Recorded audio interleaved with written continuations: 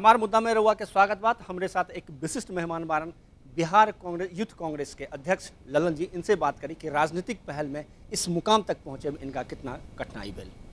ललन जी, सबसे पहले तो आपका हमार मुद्दा में आपका स्वागत है कि आज जो हालात हैं खास करके यूथ को लेकर के, चाहे कांग्रेस हो चाहे बीजेपी हो, राजनीतिक पहलू में क्या लगता है कि आप जिस तरह से आए हैं आम पब्लिक के लिए, आम लोगों के लिए, आम यूथ के लिए इतने आसान है?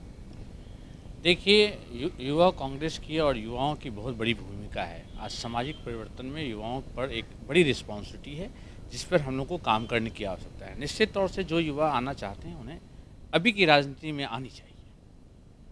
तो क्या इतना आसान है? जो आम लोग हैं, खास करके जो मजदूर हैं, जो किसान के परिवार के बच्चे हैं, वो जिस तरह के आप देखें कि पैसों का खेल या फिर जिस तरह के खर्चे होते हैं राजनीतिक में, उसमें ऐसे माहौल जो उत्पन्न हुआ है उसमें क्या मानते हैं कि लोग आ सकते हैं? निश्चित तौर से आ सकते हैं। आदरणीय राहुल गांधी जी ने हर एक कार्यकर्ताओं और एक आम युवाओं के लिए रास्ता खोला है और ओपन मेंबरशिप ड्राइव है। हमारे यहाँ कोई भी युवा आकर राज्य का अध्यक्ष, देश के युवा का अध्यक्ष वो बन सकता है। ये ओपन रास्ता है। ये सिर्फ देश में लोकतांत्रिक व्यवस्था से राहुल गांधी ने युवा कांग्रेस में ये सिस्टम को शुरुआत की है। क्या लगता है कि राहुल गांधी के आने के बाद ये सिस्टम हुआ या फिर इससे पहले भी जो युवा लोग थे या फिर इनसे पहले जो भी कांग्रेस पार्टी में लोग थे उन लोगों ने भी इसकी शुरुआत की थे या फिर ज़्यादा पहल राहुल जी ने किया?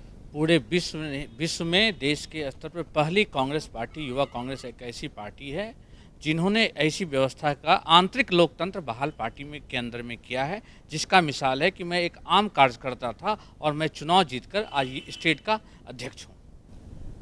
क्या राहुल जी का वो कौन सा पहल है जो युवा आज के जो उनका पहल देखा जा रहा है, उन लोग युवा जो खास करके उनमें जुड़ता है, तो क्या लगता है कि जो इजी अवेलेबल ये मानते हैं राहुल जी में सब लोग के युवाओं का एक बहुत अच्छा पहल है। कोई भी युवा उनसे मिल सकता है, बात कर सकता है, अपनी बातों को रख सकता है और पार्टी में ऐसा कोई स्कोप नहीं है और ना दिखता है कि ऐसा कोई स्कोप है कि सब लोग इसमें बात कर सकते हैं। तो क्या माना जाए कि आने वाले जो दिन है कांग्रेस को लेकर के, खास करके युवाओं को लेकर के एक नई टीम बनाई जाएगी और जिस तरह से लगातार पहल किया जा रहा है लेकिन उसके फ़ायदे नहीं देखे जा रहे हैं, आखिर वजह क्या हो सकती है? देखिए, जल्द ही युवाओं के हाथ में देश की सत्ता होगी, देश का कमान होगा और उसमें पार्टी लाइन से हट के हर एक युवाओं को फ़ायदा होगा। आपने अभी देखा है समाजवादी पार्टी के मुख्यमंत्री अखिलेश यादव ने कल ही बयान दिया है कि राहुल जी को जल्द से जल्द जिम्मेवारी सौंपनी चाहिए। इसका मतलब है हम लोग किसी भी पार्टी में युवाओं जो काम कर रहे हैं, आज युवाओं के हाथ में सत्ता देने के लिए हम लोग आग्रह कर रहे हैं, जल्दी सत्ता है।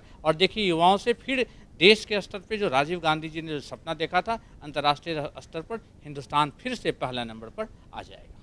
क्या मानते हैं कि जिम्मेदारी लेनी चाहिए?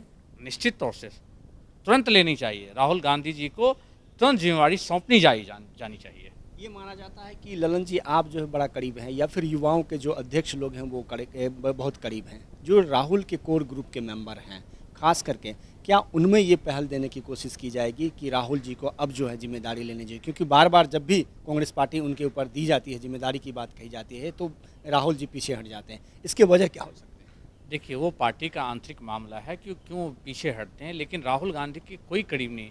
वह हर एक आम कार्यकर्ता करीब है जो सत्ता से हटकर जनता के न्याय के लिए, आम जनता के न्याय के लिए संघर्ष कर रहा है। वो हर व्यक्ति उनसे करीब है। तो जिम्मेदारी मानते हैं कि उनको लेनी चाहिए? 100% लेना चाहिए और जल्द लेना चाहिए। ललन जी, सबसे बड़ी बात है आप जहाँ से आते हैं, मैं आपको जानता हूँ कि उस जगह से आप आए हैं जहाँ से लोग राजनीति का शुरुआत करना बड़ा मुश्किल माना जाता है, लेकिन आप आए। लेकिन इस रास्ते में कई कठिनाइयाँ सामना किए होंगे आप लोगों ने। क्या लगता है कि आप जो आए हैं उनमें कुछ ऐसी पहले रह गई है जो जिसको आप मिस करते हैं? निश्चित तौर से नए लोगों को राजनीति में आना एक बहुत टफ है और इसमें एक लंबा संघर्ष है। आप वही संघर्ष है कि आप स्काई को देखते जाओ, स्काई पूरे शहर में नज़र आता रहेगा, पूरे देश में नज़र आता है। राजनीति में संघर्ष है, जनता के लिए, न्याय के लिए संघर्ष कीजिए। कब आपको मौका मिलेगा ये कोई नहीं जानता है, लेकिन राहुल गांधी का जो पैमाना है उसमें हर युवाओं को जस्टिस की उम्मीद होती है और राहुल गांधी के नेतृत्व में हर युवाओं को न्याय मिलेगा। क्या आप जब होश संभाले थे तो आपको लगता है कि मुझे पॉलिटिक्स ही करनी है और पॉलिटिक्स करना है, जबकि बिहार में आप देखते हैं कि दो ऐसे राजनीतिक दल हैं जो बिहार का नेतृत्व करता है और फिर आपने कांग्रेस को चुना? देखिए, कांग्रेस की एक अलग विचारधाराएँ हैं, मूलतः ये जनता से संघर्ष करके इनकी विचारधाराएँ हैं, आम जनता के लिए संघर्ष के लिए। इसलिए मुझे लगा कि कांग्रेस पार्टी में आना चाहिए। मैं कभी राजनीति में नहीं आना चाहता।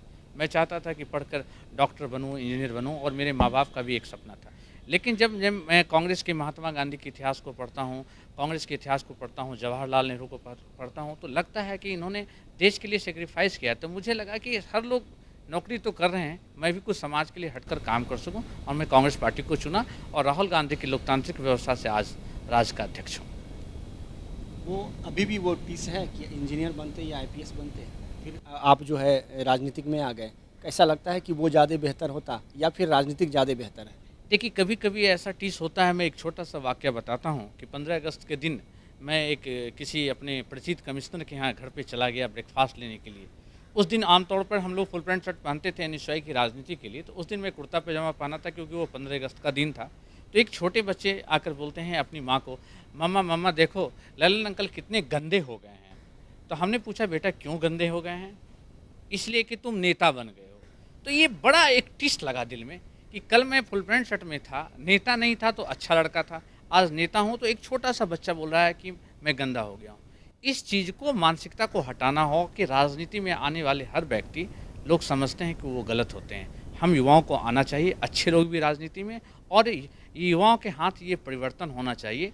जो आज देख रहे हैं हर तरह घोटालों का एक है, कल कोल घोटाला हो रहा है, कोई में पार्टी लाइन से हटकर, इसमें युवाओं की भूमिका होनी चाहिए कि और नए लोगों को आना चाहिए जिससे राजनीति की मानसिकता हटे और एक अच्छे लोग से, अच्छे युवाओं से देश का सपना साकार हो सके। लेकिन ललन जी, सबसे बड़ी बात है कि आज भी गांव के लोग या फिर शहर के भी लोग, जो लोग पढ़े लिखे हैं, वो अपने बच्चों को नहीं चाहते हैं कि वो पॉलिटिक्स में आए। इसकी क्या वजह हो सकती है?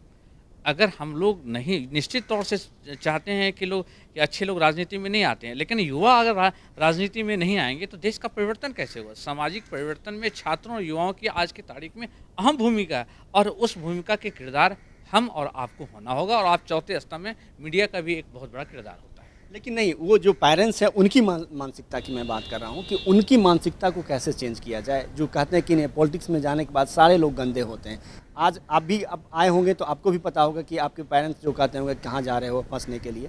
जी, बच्चे को पढ़कर अपने पेरेंट्स को कन्विंस करना होगा कि हम पापा राजनीति करने जा रहे हैं, हम गलत रास्ते को अख्तियार नहीं करेंगे, हम वैसे कोई गलत काम नहीं करेंगे जिससे आपका कद छोटा हो। ये आपको विश्वास में लेना होगा, और गार्जियन को और जनता को ये ज़रूरी है। पेरेंट्स को समझाना होगा कि राजनीतिक गंदे नहीं है। लेकिन एक छोटा सा ब्रेक के बाद तुरंत लौटकर बातचीत हमारी जारी रही।